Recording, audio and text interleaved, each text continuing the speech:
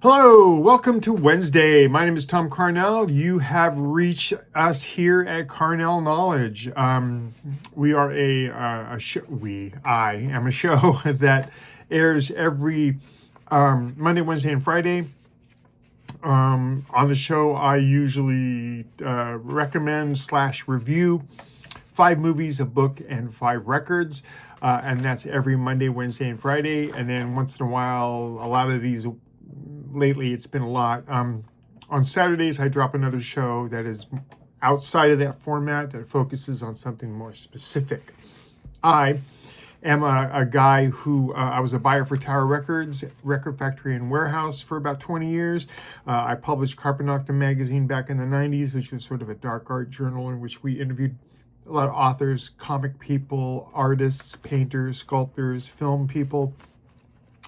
After that, I went to work for Fangoria and Dread Central for about 15 years. Ran a podcast or two, and now I'm doing novels and short story collections over on, you can go to Amazon and you can look at all that stuff. There's 3 interview books from the Carpet Noctem years that has some great stuff in it. Be sure to watch the video till the end of the video. Helps me with the algorithm. And if you have anything you would like to talk about, please comment below, or you can email me at tomcarnell@gmail.com. Also, in the description down there, you will find links to trailer films and sometimes full movies of the films I talk about, a link to an Amazon page where you can pick up the book I talk about, and then for the records, to avoid the copyright thing here on YouTube, you can click over there, and I've listed full YouTube playlists of the album. So don't take my word for it. If something sounds interesting, go under there, click. You can go and listen to the record just like that. Okay, now that all that business is out of the way, we'll get started with this week's records, or this week's movies. I've been watching a lot of documentaries as of late, and so I decided to lump 5 together that I had seen recently. And I'm wearing this thing because it's really cold outside and I'm freezing in the house, so pardon the dress. The documentaries. A lot of documentaries that have come across my desk, and I kind of lumped them all together into 5 that I thought you should probably want to check out. Let's start with the first one. Has a terrible name, I'll tell you right now. It's called BUDO, aka BUDO, The Art of Killing, which seems like contradictory. But anyway, it's directed by Masayoshi Emoto, and it's a feature-length documentary that presents the history and practice of martial arts in Japan. It focuses on the ideals and philosophy of the samurai warrior. It's a comprehensive look at martial arts that came out of Japan, things like kendo and karate and judo and a few other things. It does not delve into Chinese Kung Fu or the Filipino martial arts, much to my chagrin. It's great. I saw this back when it first came out. I want to say back in the 80s. And it's a comprehensive, it's beautifully done. It is if you're interested in Japanese martial arts, this is the way to go. It's got a great score by Tsutomu Yamashita, who did, it was in the band Go, if any of us remember Go. They had a single at one point called Crossing the Line that was pretty great, very Greg Lake sounding. It's handled wonderfully, it's beautifully shot, and again, if you have any interest in the subject, this is a pretty good place to start. I used a clip of this in my senior project at when I went to mortuary school, and I did a whole speech on seppuku and Japanese ritual suicide, and there's a nice clip of it. It opens the video, and I use that. It's available on Tubi, so you can see it for free. I highly recommend this one. This one I really, really enjoyed. Up next, from 2010, directed by Mark Lansdowne, produced by Jamie Foxx, amongst others. It's called Thunder Soul. And what it is the tale of, it's kind of a twofold thing. One, it tells the history of Kashmir High School, and there was a music teacher there who decided to get the kids involved in the music of the day and the music that they liked, and so they chose funk. And then the other half is them, a lot of those same people returning to school 35 years later for a concert that was going to celebrate the retirement of this teacher. Man, this is a great doc. It's very heartwarming. You see, these kids just killing it, and it's not like high school jazz or high school funk band. These guys are easily on the level of most of the funk bands out there and throughout history. They're super tight. They're super talented, and it is really something special. And then the final concert, I guarantee, will bring a tear to your eye. It's a story of life and love and getting the band back together. I love this documentary. It's absolutely fantastic, and it will make you remember what it was like to be young. And there's a healthy dose of nostalgia here, and it's just really, really terrific. Let's see. Moving on, we have a documentary from 2011. This is called Films of Fury, the Kung Fu Movie. It's directed by Andrew Corby and Andrew W. Robinson. It basically details martial arts cinema from... It has some talk of the early days of the Wong Hung and that kind of thing, and then it basically focuses on the 60s through the 2000s. The film is narrated by these annoying animated sequences, which I didn't get that choice at all. Under the guise of this guy getting bullied, another dude comes in and says, like, let me tell you how you should handle this. And instead of teaching him some martial arts or getting him to a guy that could teach him martial arts, he runs through all the cinema stuff, which, okay, I get it. It's a straw man that we sort of pull together in order to get to the clips, but they keep going back to it and interrupting, and it's just kind of annoying. The clips themselves are awesome. The talking heads are awesome because they managed to talk to a lot of really important figures. But man, those animated sequences will try your patience. It's a literal beginner's guide or a beginner's primer on cinematic martial arts. A lot of the timeline is a little questionable, knowing what I know about the evolution of this art form. But they go with what they know, and they try their best. It is a little superficial, but if you know nothing about the subgenre and you want to learn, at least get your foot in the water on it, this is a great way to go. It dwells on modern films a little too much. Doesn't really talk a lot on like deep history. There are plenty of documentaries out there. I do recommend The Art of Action. And there's another one called Cinema of Vengeance that does covers the same ground a little more comprehensively. But this is a great place to start, and it's on Tubi, and you can see it for free. Up next, 2016. Speaking of films that are sort of split in two, it's directed by David Berker. It's called 24x36, a movie about movie posters.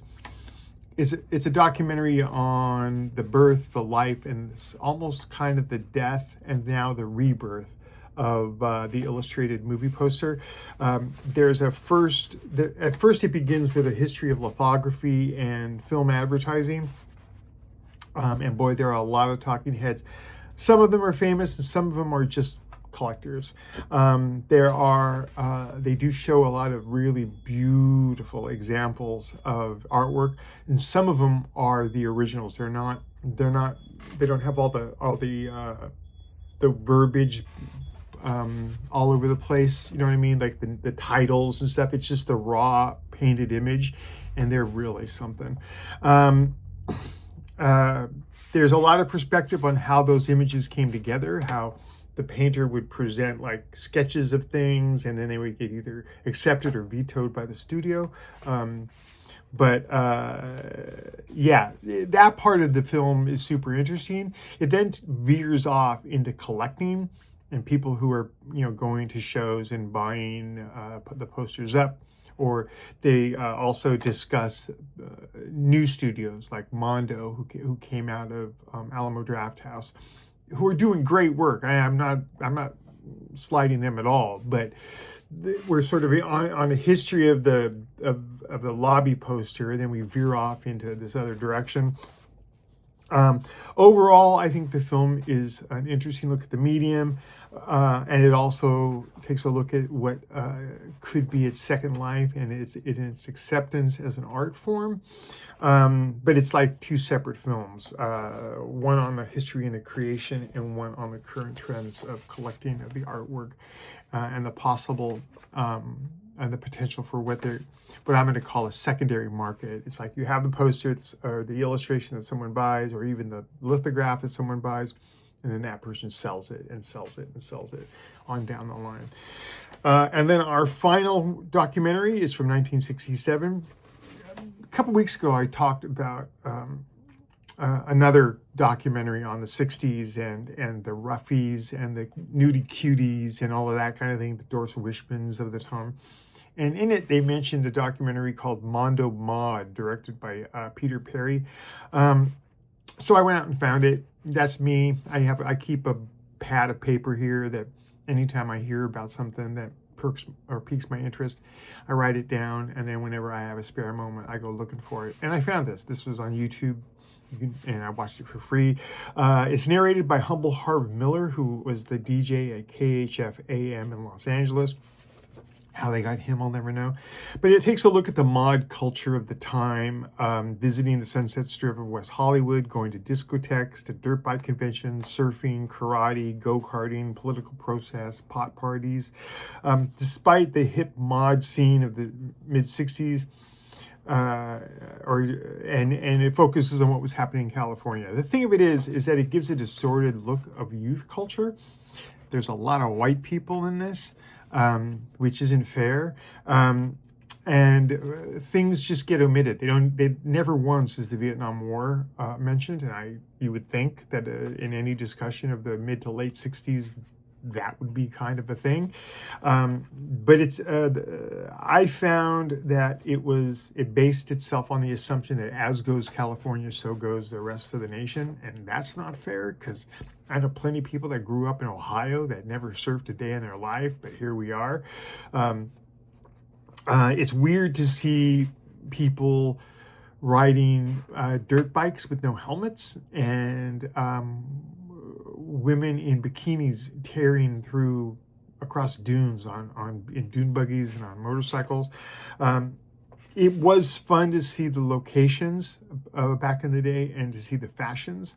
But and midway through, it turns into a surf documentary. I felt like I was watching, the name's escaping me now. Which surf was important, but it just makes it takes this weird turn and then turns back. All in all, I found it to be kind of a minor documentary. It was a little judgmental. The perspective was a little skewed, but I thought it was worth seeing, to see the thoughts and the ideals of the time coming out of people's mouths, not just some talking head going, telling you what they thought, but here were actual kids that were telling you. It wasn't like they felt this, it's I felt this. And so I found that interesting. Again, I found it on YouTube. You can watch it for free. There's a link down there. Moving on to the book of the week, or the book of the day, I should say.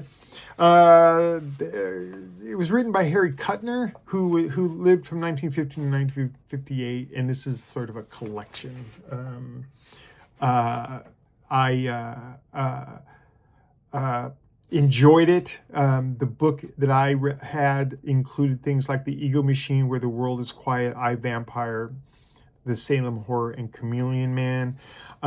Kuttner was a lesser-known pulp writer, but he was in that same period of time that when you think of pulp, he was right there.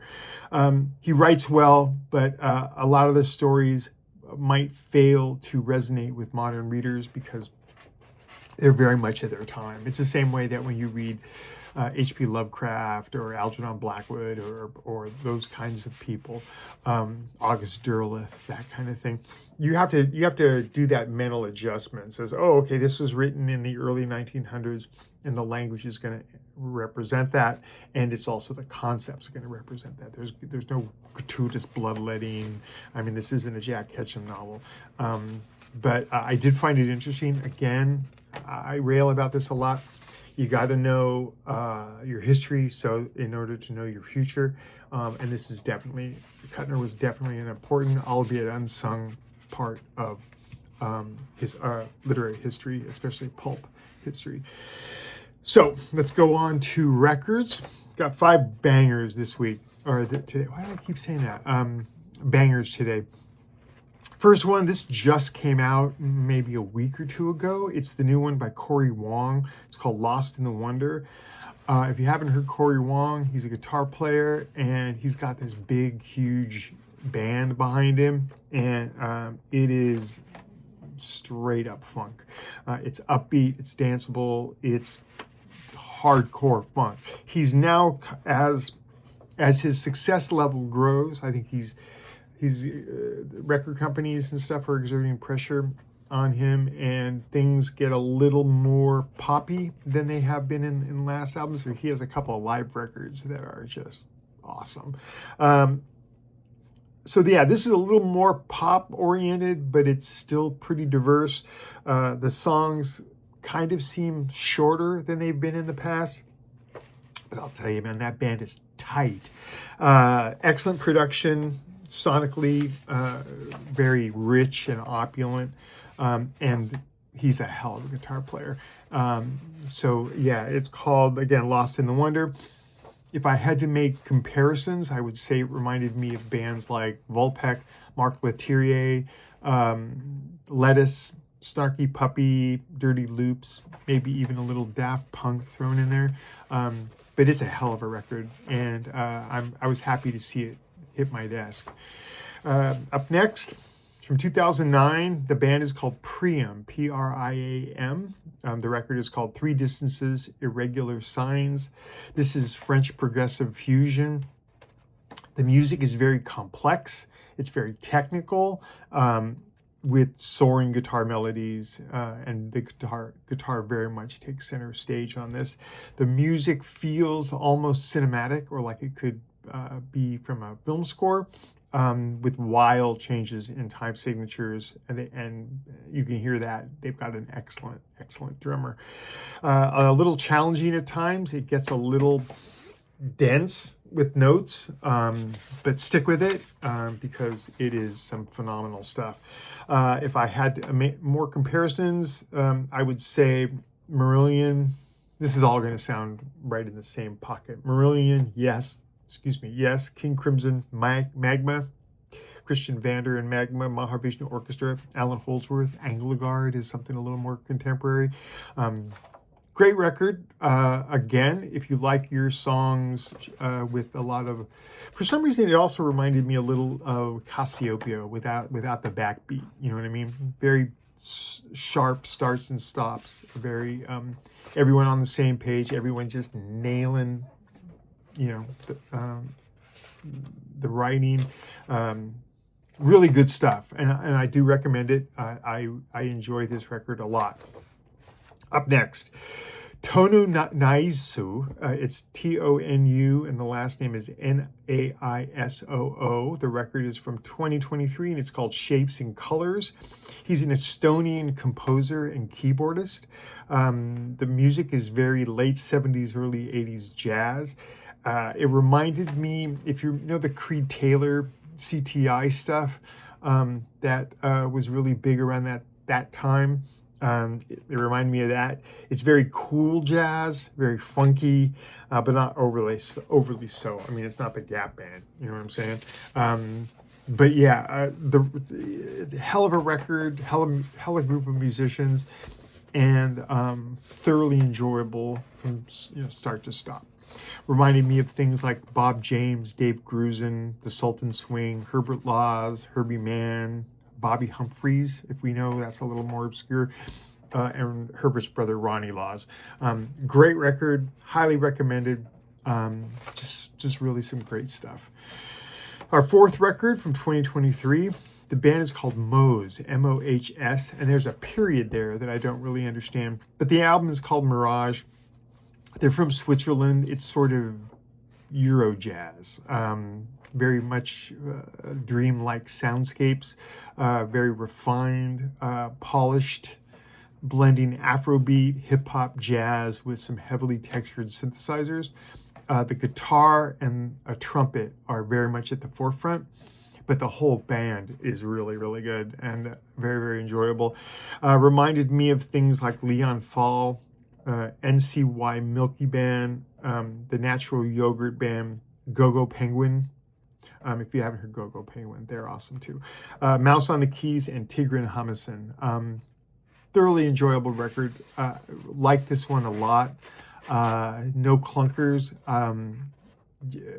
Put it on repeat a time or two and just let it play. And I had a really good time at it. You can see the sun coming in. Yeah, you can find it. Again, go to the link. You can hear it for yourself and see if I'm wrong. If I am, make a comment and let me know what you thought. And then finally, we have a record from 2006. The artist is Ariel Kalma, A-R-I-E-L. Last name is K-A-L-M-A. The album's called OMOSE. He was a French flautist and keyboardist. I understand from poking around on the internet that he passed away recently.